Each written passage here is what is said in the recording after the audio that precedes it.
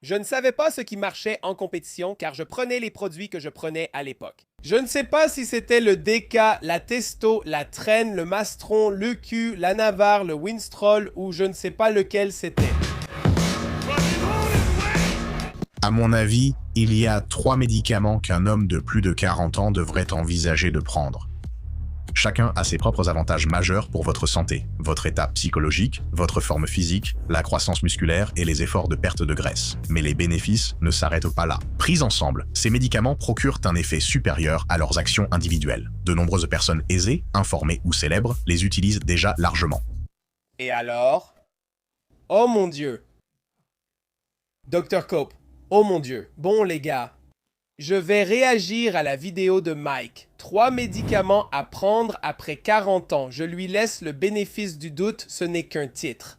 C'est comme ça qu'on joue tous au jeu des titres et des miniatures. C'est juste un appât à clic. Il va nous parler de toutes les bonnes choses, des bonnes nouvelles. Il va vous donner les bonnes informations, les gars. Allez quoi. Il se trouve justement que je coach des hommes dans la quarantaine. Beaucoup d'entre eux, en fait, des hommes de la vingtaine jusqu'à la soixantaine, voire la septantaine. Donc je sais que c'est un sujet que je connais. C'est ce que j'observe, ce que j'étudie. Et moi, à l'époque, je me disais, il faut que je m'assure que ces gens reçoivent de bonnes informations parce que je ne veux pas que ces jeunes prennent n'importe quoi ou suivent de mauvais conseils. Maintenant, je dois faire la même chose avec ça. Tu n'as pas entendu ce qu'il vient de dire? Il y a maintenant des célébrités qui font les mêmes choses. Tu sais, ces célébrités font des conneries. Les gars, c'est ce genre de trucs que je reçois vraiment. Si je m'énerve à propos de ces trucs, c'est parce que la majorité des gens qui viennent sur ma chaîne ou même sur celle de Mike, ils veulent obtenir des informations.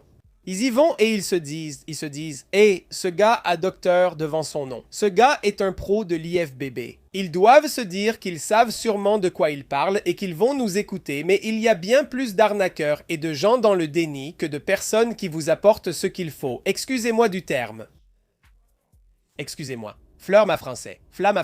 Voilà le truc. On va passer en revue cette vidéo. Je vais vous dire exactement ce qu'il en est. Parce que quand il s'agit de le monde du coaching, c'est ce que je fais. Je suis celui devant la caméra avec mes clients lors des appels de consultation en train de modifier leur plan. C'est moi. Ce n'est pas un simple email hebdomadaire ou occasionnel sans savoir qui vous contacte. Je travaille avec mes clients et communique aussi avec certains de leurs médecins. Je communique avec leurs kinés et leur transmets les bonnes infos. Je ne dirai jamais que ce sont 3 points à considérer. Tout d'abord, la première chose que je dirais, c'est quelque chose que je ne me contenterai même pas d'envisager à 100%. Je recommanderais fortement cela. Pas seulement dans la quarantaine, mais aussi dans la trentaine, vingtaine, cinquantaine, 70 ans, etc.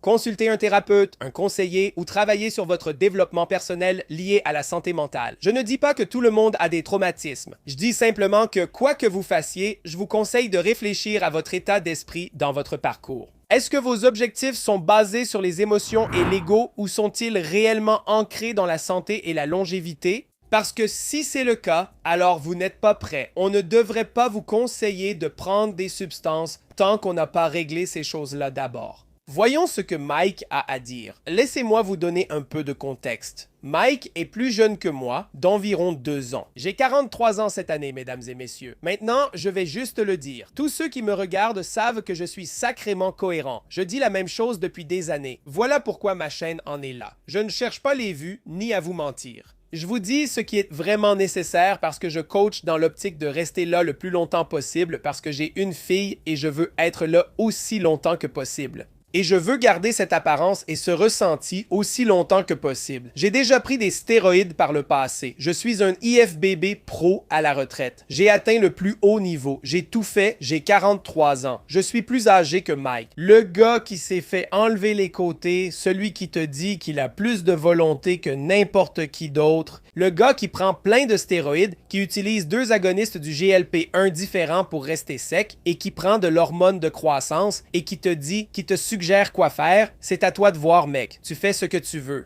Tu peux utiliser ces substances pour accélérer ton évolution, si bien qu'à 40 ans, tu seras une meilleure version de toi-même qu'à 20 ans. Absolument pas. Il n'y a pas de médicaments, il n'y a pas de peptides, il n'y a rien qui puisse me rendre meilleur que moi à 20 ans. D'accord. Je suis plus âgé et plus sage, mais mon moi de 20 ans me mettrait une raclée, clairement. Pourtant, ce gars-là était ultra fort. Mais quand il s'agit de force, de vitesse, de mobilité, de peau, de collagène, de jeunesse, il n'y a rien que je puisse prendre. C'est un mensonge. Je peux peut-être me sentir aussi bien maintenant qu'à 20 ans en termes de sensations physiques, mais tu ne peux pas rivaliser avec une peau jeune avec un taux de testostérone de jeune homme. Tu ne peux pas battre ça.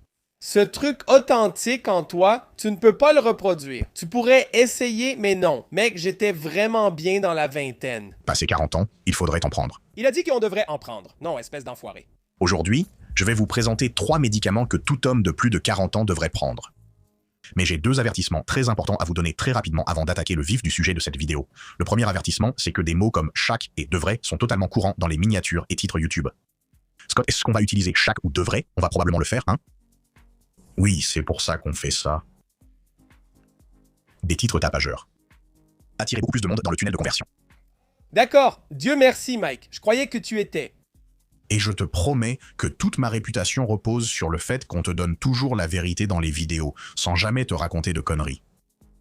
Les miniatures et les titres, si tu n'utilises pas des mots comme every et should, tu finis par avoir une toute petite fraction des vues et on aide. D'accord. Très bien. Ouais, merci. D'accord, Mike. Mike, merci, mon Dieu, Mike. Oh mon Dieu. Tu vois, voilà le truc. La plupart des gens ne vont pas, ils vont être là genre, oh quoi, tu devrais être malade. Et ils vont passer à autre chose parce que les gens n'ont pas de capacité d'attention. Ils vont descendre jusqu'à, tu vois, ils vont regarder les chapitres et se dire, bon, clic, clic. Et ils vont passer ça. Je suis content qu'il ait dit ça. Je suis content qu'il ait dit, voilà, mec, regarde. C'est exactement comme ça qu'on fait. C'est 100% vrai. Je suis totalement d'accord avec lui. Ça fait plus de vues. C'est un jeu auquel on doit jouer. Si je veux que tu regardes une vidéo, je dois utiliser ce genre de termes. Et je pense qu'on en est tous là maintenant, mais continuons. Voyons juste ce qu'on a d'autre ici.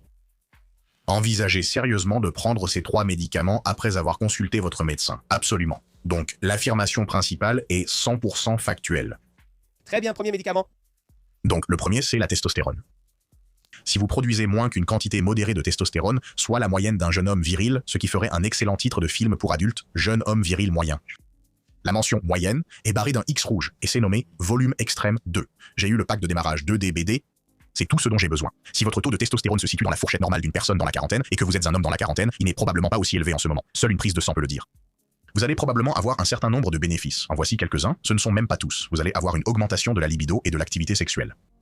D'accord. Pour le premier médicament, je suis d'accord dans une certaine mesure. Mais pour les fourchettes, c'est là que le médecin intervient. Votre médecin intervient pour pouvoir réellement vous dire quelle est une fourchette saine, n'est-ce pas? Parce qu'il existe différentes plages. Il y a une plage qui correspond à celle que vous avez dans la vingtaine. Un médecin s'étonnera d'un faible taux de testostérone chez une personne dans la vingtaine et cherchera à en comprendre la raison. Et cela pourrait être à X. Et ce même faible taux de testostérone dans la vingtaine pourrait être une valeur tout à fait correcte quand vous avez la quarantaine. Et chacun sera différent. Maintenant, encore une fois, quand il s'agit de recommander la testostérone, je la recommande fortement, c'est certain. Si vous abusez de ces produits comme moi, puis devez en prendre car votre corps n'en produit plus assez, alors oui, à 100%, et vous montrez tous les signes d'un faible taux de testostérone. Quels sont tous les signes d'un faible taux de testostérone? Eh bien, la récupération est nulle. Vous vous sentez tout le temps déprimé mentalement. La motivation est au plus bas. Vous n'avez presque plus d'érection du tout. Par exemple, si ça t'arrive, si tu en es là, j'ai déjà demandé à certains de mes clients, genre, « Hey mec, c'est quoi le moyen le plus simple de savoir si tu as un faible taux de testostérone? » Je leur dis, « Hey, c'est quand la dernière fois que tu t'es réveillé le matin et que tu avais une érection? » Et il me répond, eh bien, non. Tu sais pourquoi je sais ça? Moi, je rentre peut-être trop dans les détails, mais au moins je sais quand je le suis, car je prends 100 mg de testostérone par semaine. Tu vois, je me disais, waouh, c'est... Tu te lèves, tu vas aux toilettes le matin. Ça m'arrive souvent. Parfois, je me réveille le matin, tu sais, avant même de vraiment devoir me lever. Je jette un coup d'œil le matin, je bois beaucoup plus d'eau, je me lève et je me dis, mince, je peux pas aller aux toilettes tout de suite et me mouiller le visage. Donc, je dois attendre un peu. Je me dis, mince, tu vois ce que je veux dire? C'est simple. Mais si un homme n'est pas ainsi la plupart du temps, il doit faire attention. Aussi, le sommeil, la récupération, la libido comptent. Ton sexe ne reste pas en érection. La motivation, tu peux te sentir mentalement épuisé tout le temps. Oui, ce sont quelques symptômes. Mais si tu as ces symptômes et que tu es obèse, devine ce que tu dois faire en premier. Tu réduis la graisse sur ton corps avant de commencer un traitement hormonal substitutif. Je l'ai dit 1 milliard de fois. Et c'est la voie que je prends avec mes clients. Tu me dis, mec, j'ai un faible taux de testostérone. Je te dis, hé, devine quoi? On va d'abord perdre un peu de graisse et ensuite, quand on aura perdu la graisse, on sera à un pourcentage de masse grasse sain pour les hommes. 20, 15, 15%, c'est très bien. Et ton taux est toujours bas et tu te sens toujours comme ça. Va voir un médecin. Tu sais, on ira voir le docteur Carlos de toute façon au début et à la fin et on verra comment ça se passe parce que je fais ça avec mes clients, littéralement. Non seulement leur taux de testostérone augmente, mais tout le reste aussi quand tu perds de la graisse. Donc, si tu as perdu la graisse et que tu as toujours ces symptômes, oui, je recommande à 100% le traitement hormonal substitutif. Hormone de croissance. Il y a plusieurs médicaments. Nous avons la testostérone. Maintenant, nous avons l'hormone de croissance. Chez les personnes qui ont un taux d'hormone de croissance plus bas, surtout après 40 ans, la supplémentation en hormone de croissance peut apporter toute une série de bénéfices vraiment légitimes. Ça augmentera probablement ta masse maigre et réduira la masse grasse, surtout la graisse viscérale, sur plusieurs mois. Si tu fais un régime avec de l'hormone de croissance, ta capacité à brûler de la graisse et à conserver du muscle est complètement différente que si tu fais un régime sans des niveaux adéquats d'hormone de croissance. D'accord, donc je ne suis pas d'accord avec ça. Maintenant, le deuxième point, je ne peux pas être d'accord non plus. Voilà ce qu'il en est des deux premiers médicaments qu'il a mentionnés. Premièrement, la testostérone, quand tu prends un traitement hormonal substitutif, c'est synthétique. Et tu en prends parce que ton corps n'en produit pas. Et si t'es comme moi je l'étais et si t'abuses des stéroïdes, ce qui se passe, c'est que ton corps dit « Hey mec, pas la peine d'en produire puisque t'en reçois déjà. Donc, les gars, on arrête tout. » Tu sais, les hormones et testostérone, hypophyse et les couilles. Peu importe, non? Il est temps de tout arrêter, les gars. Il y a un nouveau qui vient bosser, et donc il coupe tout. Ensuite, parce que tu mets de la testostérone synthétique, ça te coupe tout. La même chose se produit quand tu prends de l'hormone de croissance. Tu prends de l'hormone de croissance synthétique, donc ton corps arrête d'en produire naturellement. Non. C'est la différence entre prendre de l'hormone de croissance ou par exemple un peptide comme l'épimoraline ou le CGC 1295 sans DAC, ça ne te coupe pas. Maintenant, prendre de l'hormone de croissance pour une autre raison qu'un déficit naturel en hormone de croissance dès le plus jeune âge parce que c'est à ça que ça sert. La plupart du temps, c'est pour ceux à qui il en manque à la naissance. J'ai quelques gars avec qui je joue et ce sont tous des joueurs de ligne aussi. Ils sont énormes, mais comme lui, il prenait de l'hormone de croissance dès la naissance. Je ne dis pas qu'à 12 ans, il faut commencer. Je parle dès la naissance, tu vois, et ils surveillent leur croissance, à quel point ils devraient être grands selon leurs critères. Genre, ah oui, son taux d'hormone de croissance est très bas. On doit leur donner de l'hormone de croissance. Et cet enfant prend de l'hormone de croissance pour le reste de sa vie et il peut vivre une vie normale. L'hormone de croissance n'est vraiment pas quelque chose que je recommanderais à un homme en premier parmi tous ces médicaments. Pourquoi? Premièrement, je l'ai déjà fait. Je l'ai fait avec tous les autres médicaments que j'ai pris auparavant. Et là, c'est celui qui te ruine complètement.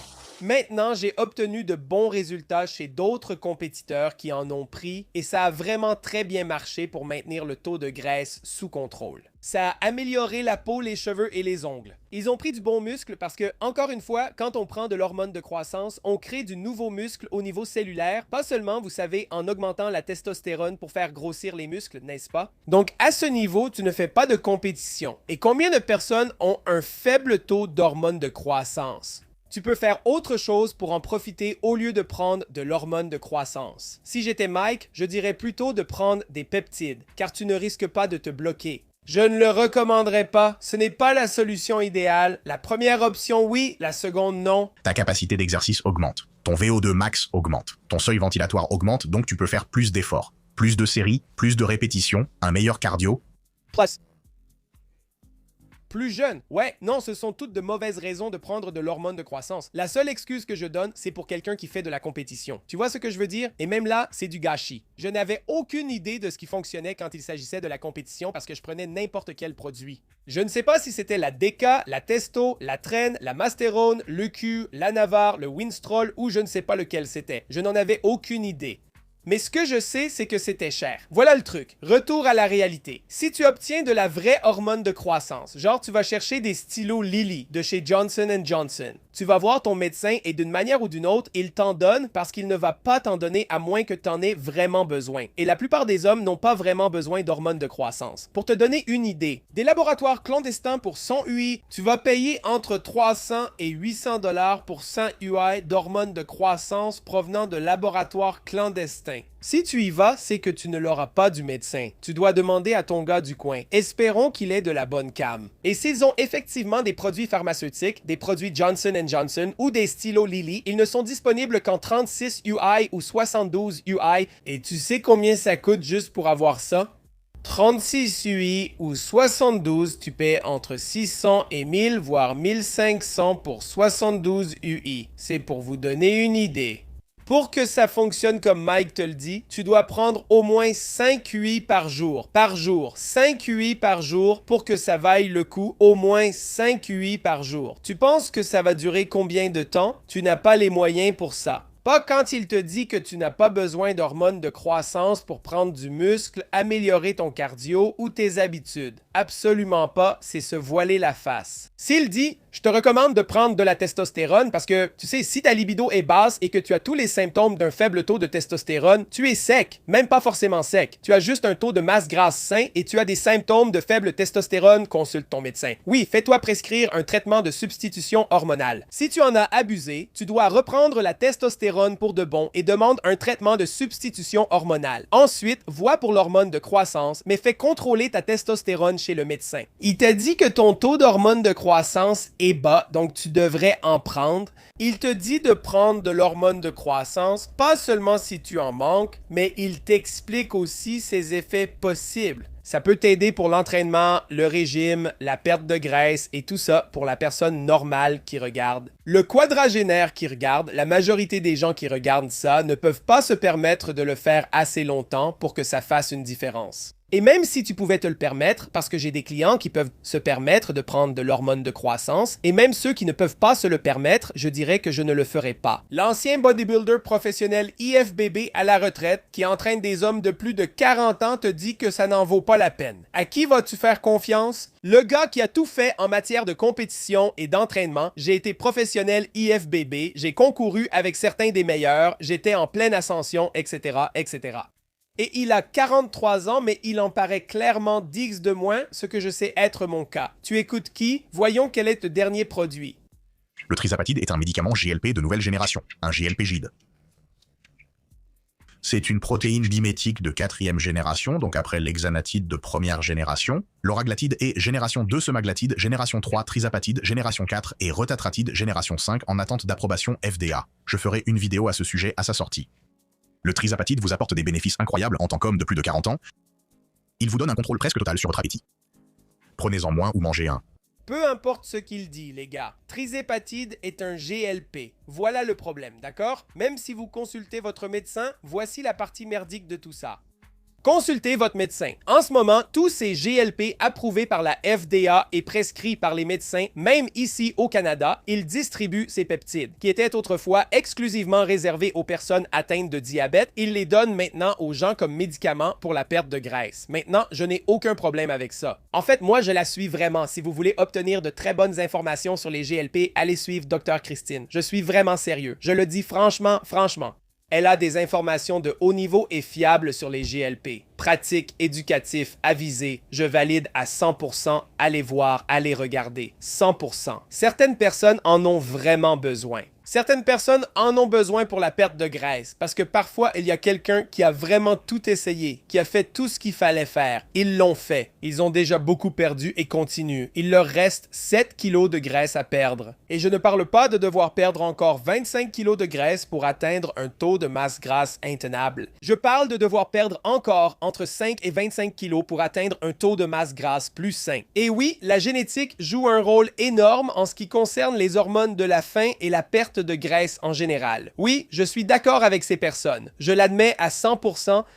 Mais la partie manquante dans tout ça, quand il s'agit des médecins, c'est qu'ils ne vous disent pas vraiment comment le faire correctement. Ils se contentent de dire « prenez ça ». Sais-tu combien de personnes j'ai vues ces 2 semaines pour discuter des peptides, surtout des GLP, notamment chez les femmes? Elles en prennent et je leur demande « combien tu manges ?» J'en prends 2 à 4 mg par semaine. Et je suis là. Quoi? Combien tu manges? Genre, combien tu manges? Eh bien, je ne sais pas vraiment. On doit vraiment savoir combien de protéines tu consommes. Je mange à peu près ça. Tu ne sais pas? Le médecin te donne juste ces médicaments sans te dire que tu devrais veiller à consommer suffisamment de nutriments et assez de calories. Tu ne comprends pas que ces peptides augmentent ton métabolisme et te coupent la faim, ils détruisent ton appétit. Les personnes sans bonnes habitudes alimentaires finissent par se priver, disant « Je n'ai pas besoin de manger, pas d'appétit ». Résultat, elles deviennent mal nourries. Je l'ai vu, je te le promets. Dans les 2 à 5 prochaines années, il va y avoir une multitude de personnes qui vont avoir de graves problèmes de santé à cause du manque de masse musculaire dans leur corps. Pourquoi? C'est simple. Elles n'ont pas d'appétit, elles ne consomment consomme pas assez de calories.